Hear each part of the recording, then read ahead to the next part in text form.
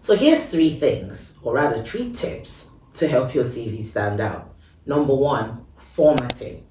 Try and pick a font that is not complicated. A clean font like Calvary, Arial, simple and clean, professional fonts.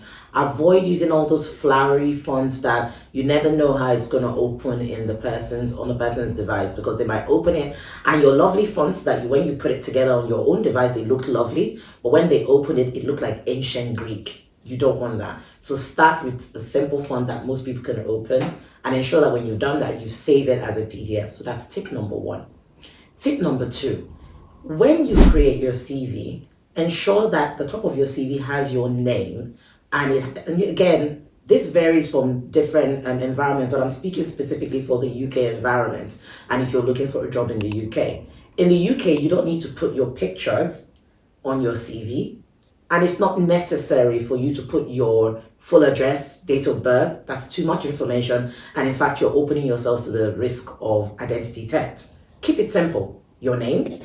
And if there's a particular name you prefer to be called. So for an example, my actual name is Udokama. But on my CV, you'd see Udokama and in bracket, Yudee, because that's what I prefer to be called. So if you have a long name and you prefer to be called something else, put it in brackets. That's what I prefer to be called.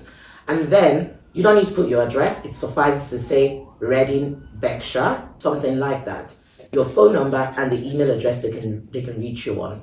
You really want your email address to be a professional one. Something like Yudee at, or Jerry at, or Bob at, rather than iflyatnight.com or something really silly. Believe me, I've seen some really weird looking email addresses. You don't want to be in that circle. So you can also put your LinkedIn profile, because they're going to go look anyway. So you might as well make it easy for them and just put a link to your LinkedIn profile. Now, if your LinkedIn profile is not great, skip this step. So that's tip number two in terms of that bit, the top bit of your CV. Tip number three, professional summary. And I think this is a very, very important tip.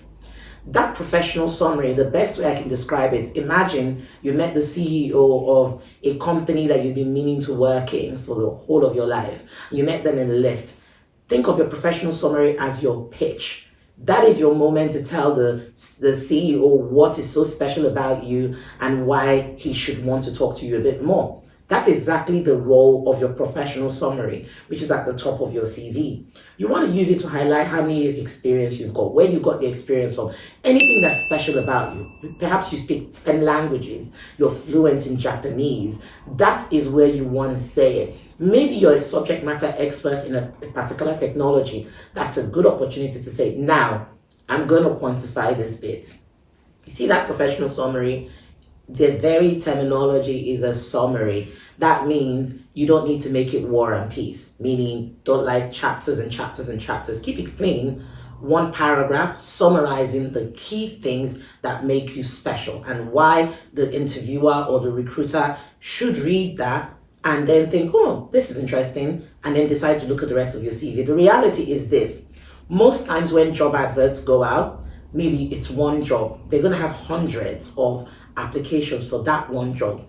They make a very quick decision as to review the rest of your CV on the basis of these things I've said: formatting, your name, the address, well, obviously not the full details, but the professional summary is really the point where they say, oh, she's got 10 years experience. Oh, okay, she's a CRM expert. Oh, she knows how to do UI UX, or he knows how to do that. Oh, he speaks Japanese and Korean and some other fancy language.